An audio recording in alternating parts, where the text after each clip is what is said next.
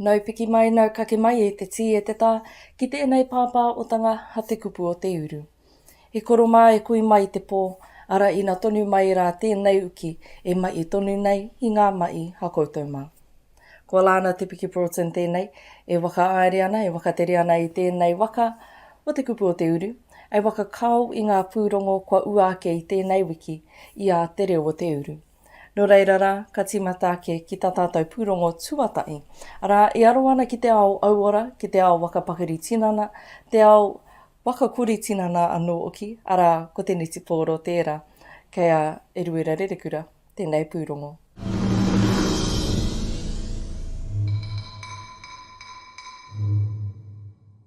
Kua tae mai ngā tima niti pōro Maori no ngā auewa. Ki wai wakai o roto Ngā Motu, wakatai ai mō ngā prae e. E waka au kai ngā tiana tēnei tonamana e te kapa o Aotea. It's an amazing privilege to be able to host this for Aotea Waka. Just a tournament in itself like this that is different to normal netball tournaments. So as Amno, as Parekura would have said, we focus on hauora, healthy lifestyles and awahi kore. So to be able to host a kaupapa Māori driven sport is a huge honour for us. One of our most sacred kaupapa is health promotion, hauora, delivering healthy lifestyles messages to our kōrero and their whānui, particularly around awahi kore. We're all working hard towards a smoke-free Aotearoa by 2025, and so as you would have heard in some of the march passes this morning, they really celebrate and push that kaupapa. Ka tai te onore nui mo ene kōrero o te tima o Aotea. Me tō rātou mii, ki o rātou kaiako, kai tautoko oki. It feels like an amazing privilege to be playing for our kaupapa. To be taking the court for home too, that's probably the best feeling I could have. Nā he nui te aroha ki roto te tima, e pai ake ngā kōrero mā, me oku mātua, me oku kaiako whakahaere. Yeah, coming into a new space that I've never been in before, it's just, they were real welcoming, and it was good to just come in and feel like I wasn't like on the outsides and just feel like I was already part of the team as soon as I got there. Mō te nuinga o enei taitama ine, e tau au rātou ki tō rātou Māoritanga. Just learning about the marae life, I suppose, was an eye-opener for them. And so I think we kind of just assumed, he Māori koe, but no, yeah, it wasn't. That there's been a huge change in all of our girls across the teams, not just our babies. We have 13s, 15s, 17s, 19s and Prem, and across all of our teams, huge change. We've had whānau that have moved their tamariki from mainstream kura to kura kaupapa because through Māori netball, it's activated, it's planted a seed within them that they want to find out more. So it's a really powerful movement and a really powerful kaupapa for our people. E tautoko i ana rātou e Silk's audit e kamupene kaitiaki pūtea, ei tā te kaitou ko te auora, te ara ki te ora, me te taumata angi tū. Well, one of the things that we really try to support is Māori women, and young Māori women is one of the things that really encapsulated me to want to sponsor Aotea Māori netball. It's an opportunity for young Māori women to be part of something that's, Māori driven, iwi based, based around where they're from, and it's an opportunity for them to be a part of something that sometimes they're not always a part of, and sometimes they find their roots, their connection back to being Māori, and so this is an opportunity for us to support that as well. For many of the young Māori women that are in tamariki that are playing in this team, it's an opportunity for them to express how they can, enjoy the things that they're enjoying, which is netball. Ko te niti pōro te uarai ki tō rātou Māoritanga, te uarai ki tō rātou auora, te uarai ki tō rātou āpōpō. Iruere rerekura, te reo o Te Uru.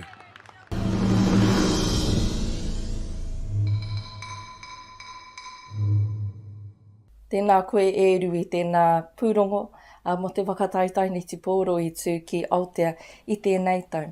Me te rawe oki o te rongo i tērā kātu kōrero kakaaputa mo te unga e tākoro neti pōro ana ki tēnei wakataitai.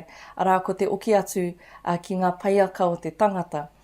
Ko te oki atu ki ērā uru pounamu e pupuru tata ana ki te ngākau e mea ana ko waiau, ko eau.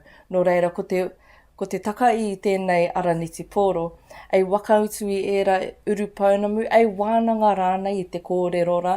Arā o ki te i atu a āhuatanga ka kaakitea, ko te puta o ēnei kōrero wakapapa, ēnei kōrero tuakiri, i roto i te tangata i aia e takai mai ana i tēnei uara i tākaro neti pōro. Pēnei ka puta mai i te ingoa o te tīmapea, i te ingoa o te tangata. Engari, oki ka puta mai i ngā rautaki, ka puta mai i ngā taira tākaro, ērā āhuatanga katoa ki tua o te kiri, ara kei ngā āringa, kei ngā wakaro, kei ngā mai a te tangata. Hoi anō rā, e mi inoa tēnei ki te unga i kawe ake i tēnei kaupapa, arā ko te wakataitai neti pōro i tuki Aotea i tēnei tau. Hoi anō rā i te iwi, ka neke atu ki tā tātou pūrongo tuarua i tēnei wā, arā ko ia nei ko te kaupapa, ko te Mauri o te Matatini, i tō ia mai i Ngāti Whātua, e rātau mā ngā kuia ngā tau eke o te wenuara mai ki runga o rātana i te wiki kupa ure. Anei a te mehemi me te pūrongo nei.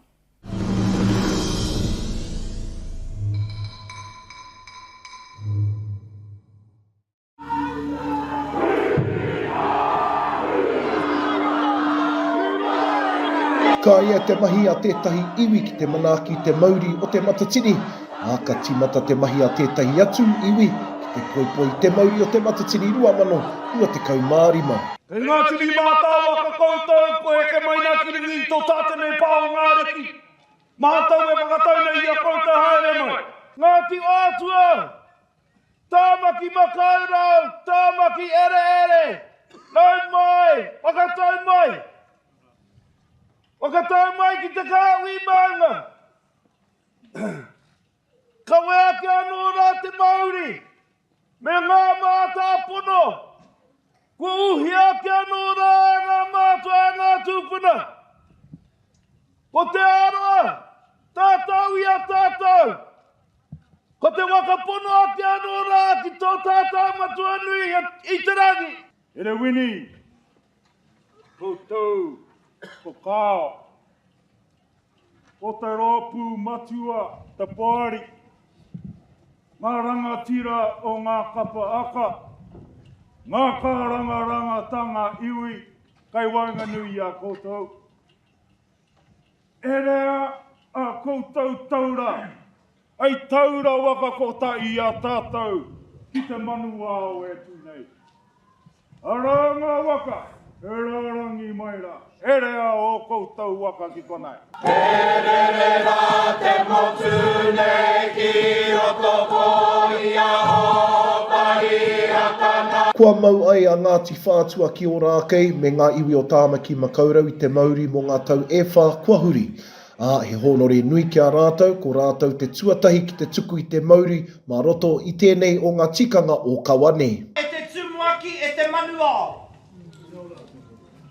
Whakatauhia mai rā ko tō iwi morehu. Whakatauhia mai rā ko te pariha o rākei tēnei, pahoki mai nei, ki runga ki tōna pā. Whakatauhia mai rā ko tō mātua pā, ko tō mātau pāpā, a kia te me para. Ki ona tuahine, nā rātau I Arataki, mai I a mātau, nā tamariki, ngā mokopuna, ki runga ki tō tātou pā, whakatauhia mai rā. Karanga mai kia māhuhu ki te rang. Karanga mai kia kura haupō. Te wāhanga ki au. Te nohoanga ki runga atari, rangi tā hua hua. Ko te kai hau tū kopo hurihang.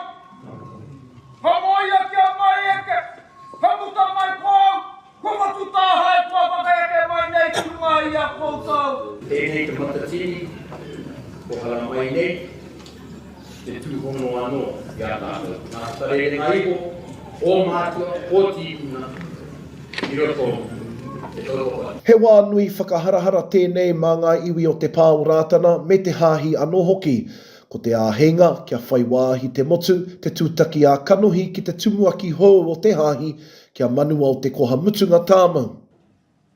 Ki te manua o e tūnei, me te manua o e no onei. No tērā wiki, i wakataungia te tumu aki o, ko tai anak. E wai e te ui wakapu mau, ki konei tonu ki rātana. Ko tōna ingoa, ko manu ao. Katau atu ki te manu ao, e tū mai.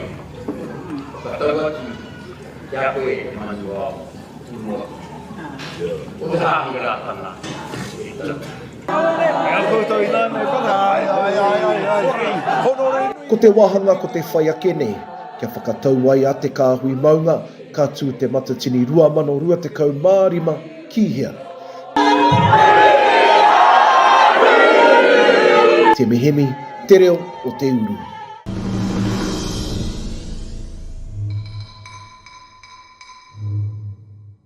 Kei te mihi e te mai, tēnā pūrongo.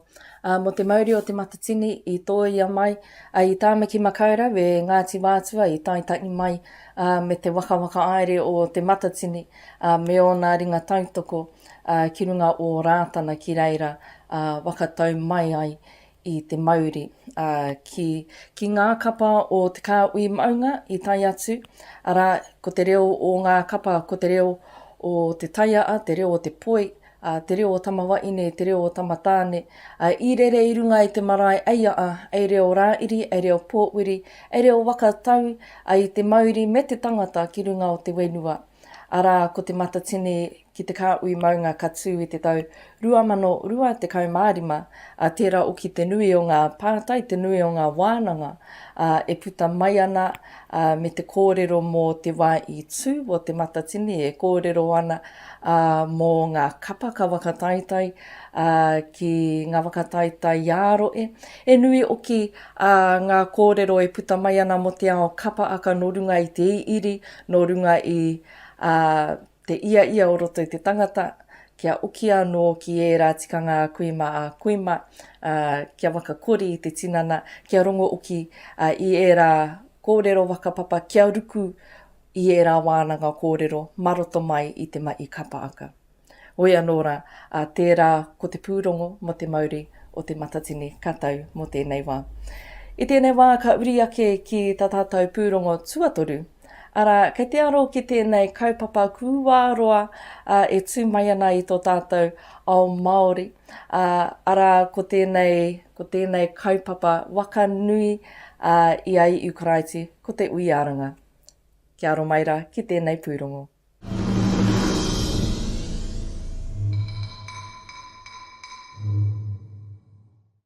Pērā i te karaiti e wakapono i ana e te unga katorika, kua waka ora mai anō te ui aranga.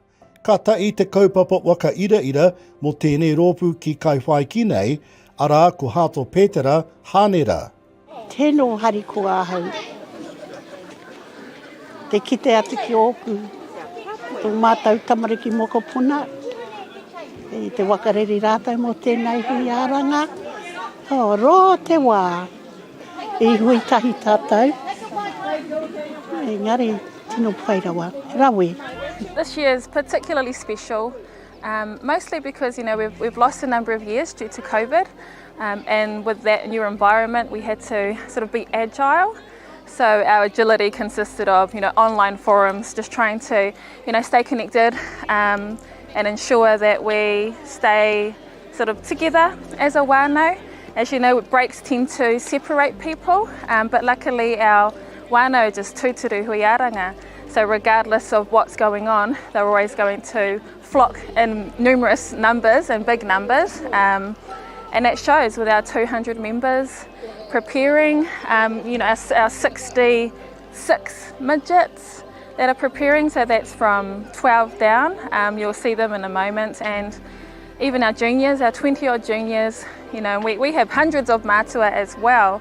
So it's been a great journey, one where we've had to relearn a few things. When you have a little bit of a break, you tend to not sort of remember what was expected of you in the first place. So luckily, our nannies keep us nice and straight. But it's a very blessed journey, and we are raring to go. Kare kore, e rangona ana te wairua pai o tēnei kaupapa ki roto i tēnei kapa, ia rātou e whai whakaro ana ki te ui aranga ka tū ki roto o tauranga moana. Nā ko te wairua te mea nui. Ko te rongo nei koe e maa anō ngā puna wairua o tēnei kaupapa.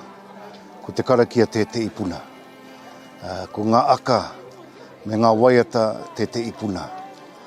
Ko te tūtaki atu me te oa atu ki ngā mātua o te kāinga, ngā kaumātua, ana e kaupapa wairua e puna wairua anō tēnā. Koa e kaupapa katorika tēnei, i te mutu ngai o, kei te wakātu atu rātou, i tō rātou a urea Maori. Ana, ko te kite no koutou, ngā tamariki, ngā mokopuna, e ua mai nei, i te mano i te tini, taua kupu. Ko rātou ngā whakapākoko, ngā wakairo o tō tātou mana. Nō reira, koe rā te mea nui. Kia oki mai ai ngā mokopuna, kia tō mai ai rātou ki te noni ngā kumu, a kui mā koroma, ki tēnei te pūtaketanga o tō rātou wairua, o tō rātou Māoritanga. Ka wai o ngā kupu wakamutunga ki tō tātou kuia. Te kite atu i ngā kuia, kraua, kei te ora tonu, engari roa rawa. Kua e tūrangi kia. Engari, tino pai. Te haere au ki tauranga moana. Ngā mii ki koutou te kapahako hato Pētara Hānera, e kawea tonu tiana te o āki o rātou mā kua mene atu ki te pō. Iruere rerukura, te reo o Te Uru.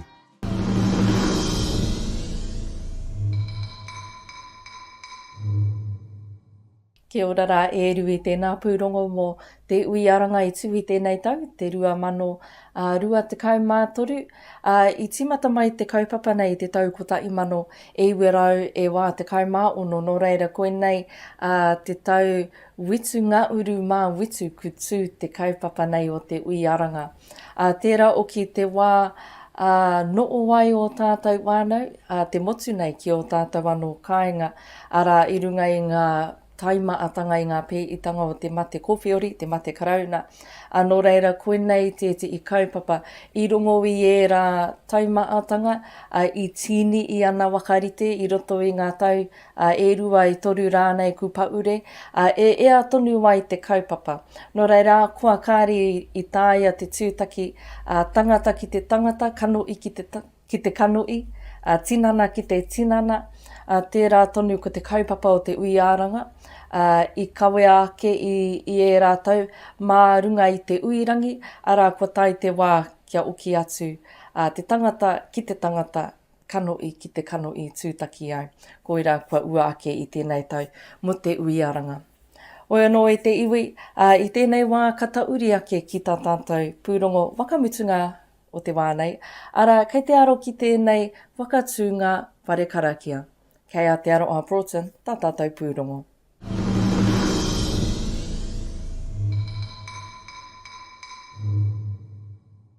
I te ata āpara tonu karu me mene katoa mai ngā tāngata o tēnā iwi o tēnā apū ki te wakatū weratanga o te ware au.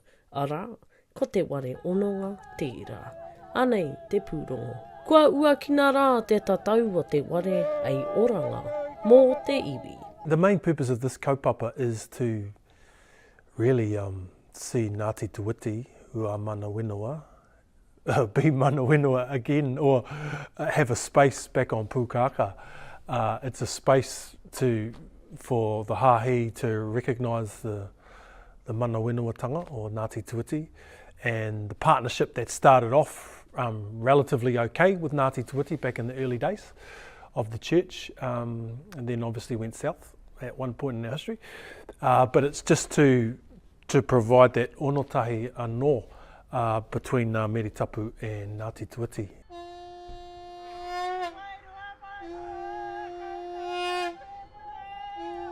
I ngā taukota I mano e warurau ono te kau, I tai mai a wetini tai porutu me e te I atu rangatira ki te reo pōwiri a te rangi tāke, ko te wenua, te take.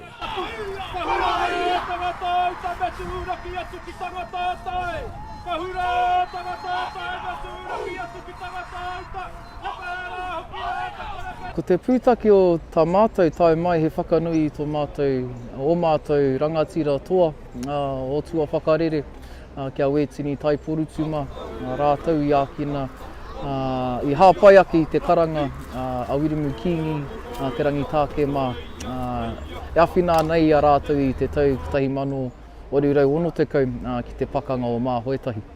I te rangi nei, I whakatūwhera, I hura I te tohu whakamaumahara ki a rātou, no rātou e tanu mea ki tēnei whare karakia, kia mere tapu, Aotearoa ki te urupā kei tua noa nei. Ngāti Hauā have a pretty important connection to Pukaka, and in the Battle of Māuetahi on November 6, 1860, Wetini Tai Porutu led a taua to come down and tautoko our people. E ai kia ruka e koa ana I te okinga mai a te tumuaki o te kingi me ngā uri o Ngāti Aua ki te wenua e takoto ana o rātou tūpuna me te wakatoka anō I te ononga tā ngai nei.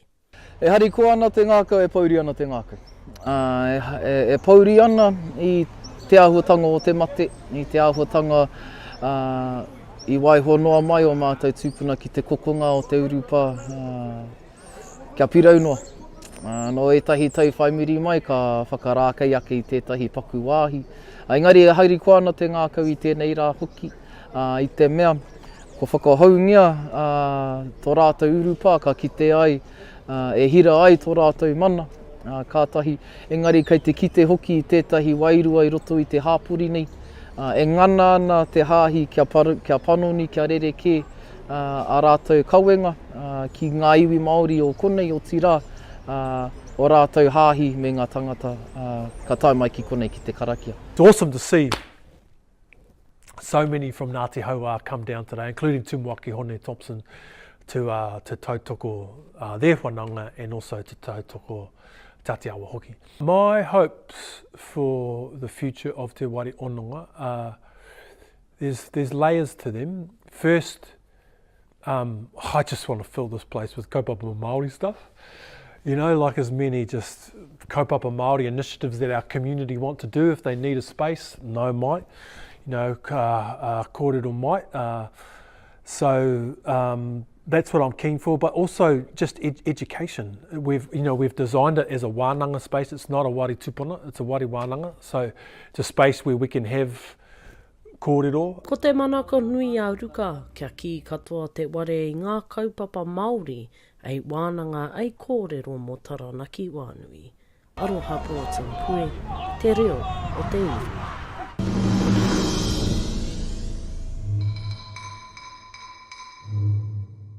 E rere ana ngā mihi e te aroa I tēnā pūrongo, a mo te ware karakia o mere tapu ki Ngā Motu. Tērā oki tēte I kōrero ka mau ki taku ngākau I roto I ngā tau, nā taku tumuaki o mua tēnei kōrero I tuku mai.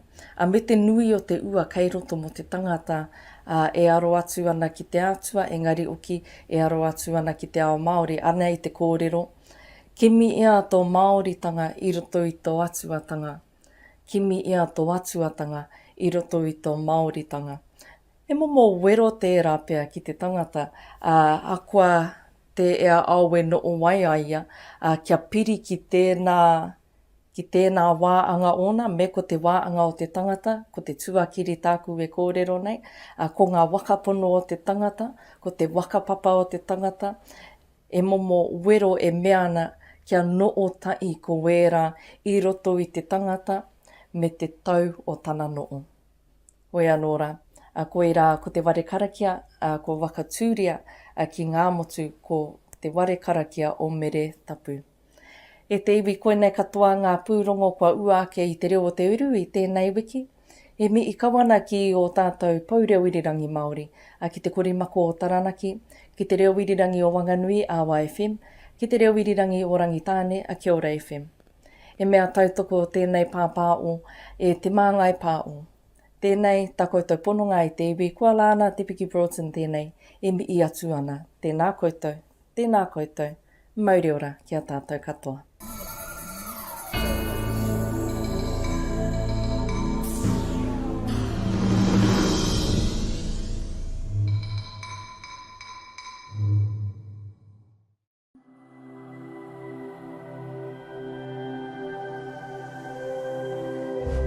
Ko te reo